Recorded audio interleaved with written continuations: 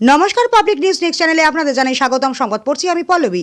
প্রতি বছরের ন্যায় এবারেও প্রবল উৎসাহ উদ্দীপনার মধ্য দিয়ে মঙ্গলবার পূর্বধলার পালংঘাটে অনুষ্ঠিত হয় চড়ক পুজো। এদিন চড়ক পুজো উপলক্ষে পালংঘাটের খেলার মাঠে এসে ভিড় জমান কয়েক হাজার দর্শনার্থী। চড়ক পুজো উপভোগ করতে এদিন সবার চোখে মুখে দেখা যায় প্রবল উৎসাহ উদ্দীপনা। এদিনে চড়ক পুজোয় কালীর নাচ সহ বিভিন্ন ধর্মীয় রীতিনীতি প্রদর্শন করা হয়। এদিন পালংঘাটের চড়ক পুজো নিয়ে বিস্তারিত তথ্য তুলে ধরেছেন কৃষ্ণপুর গঙ্গানগর জেলা পরিষদ সদস্য মিহিরকান্তি রায় এবং সঞ্জুদেব। তো চলুন এদিনের চড়ক পুজোর কিছু মুহূর্ত দেখে নিই পাবলিক নিউজ নেক্সট চ্যানেলের ক্যামেরায়। কি পূজা হচ্ছে? চড়ক পূজা হচ্ছে।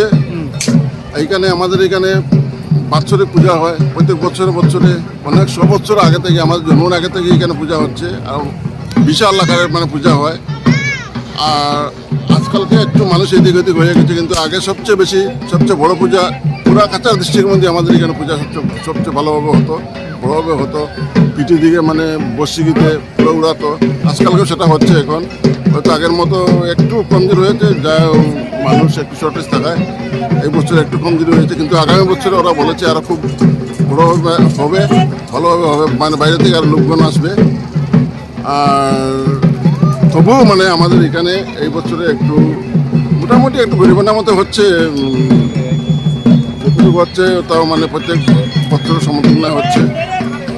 আর আশা করি, আমি সবাইকে বলছি আপনারা আসেন, আমাদের এই চড়ক পূজাকে আনন্দ ভোগ করেন। অসংখ্য মানুষ আসছে, আর আমরা প্রত্যেক বছর এখানে আনন্দ ভোগ করি। আর আমি একটু পুজো দিয়ে আসছি এখন, এই ছিল। আশা করি আপনারা সবাই আসেন আর সবাই আনন্দ ভোগ করেন। কয়দিন হয় পূজাটা? একদিনে পূজা, চড়ক পূজা একদিনে, কিন্তু খুব জাগ্রত পূজা। এই চড়ক পূজার যেটা গাছ আছে, যে এই গাছটা কদম গাছ। এই যে একটা এখানে খালের মতো একটা আনোয়া বলে, এটাকে আনোয়ার মধ্যে থাকে গাছটা। কিন্তু এমনিতে যে গতকালকে গাছটা আসে, আজকে পূজা করে আবার গাছটা বিসর্জন করবে রাতে ওরা। আর এই গাছটাকে পাত্তা পায় না। এই যে একটা ছোটোমোটো একটা সরোবর একটা আছে, এই সরোবরের মধ্যে কেউ গাছটা খুঁজে পায় না। যখন পূজা হবে আগের দিন রাত্রে ওরা গিয়ে এখানে পূজা করবে।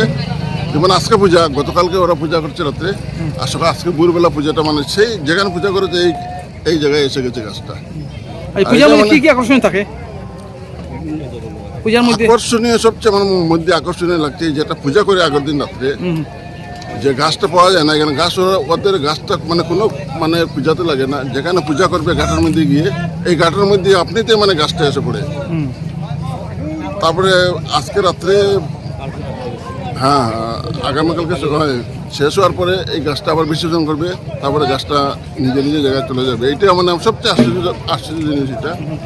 তারপরে ওরা কি করে দাও দিয়ে খেলবো, বসি কাটবে, পিছন দিকে বসি কাটবে। বসি কাটে দুই দিকে বসি কাটে পুরা উড়াবে, ওইটাই সব দিকে ঘুরাবে। একটুকু অল্প কোনো রক্ত বেরোয় না।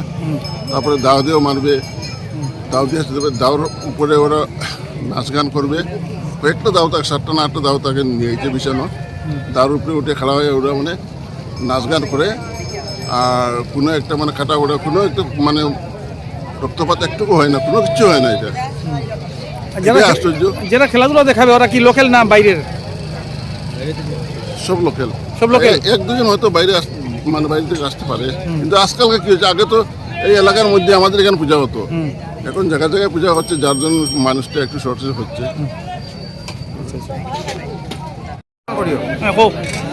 নমস্কার।